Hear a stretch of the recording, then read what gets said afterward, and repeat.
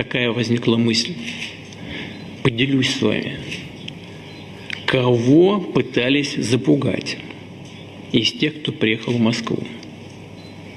На празднование победы над нацистской Германией. Кого пытались запугать? Ведь те, кто приехал к нам, это лидеры не по должностному положению, не по должности. Это лидеры по характеру, по своим убеждениям и по готовности отстаивать свои убеждения. А кто их пытался запугать?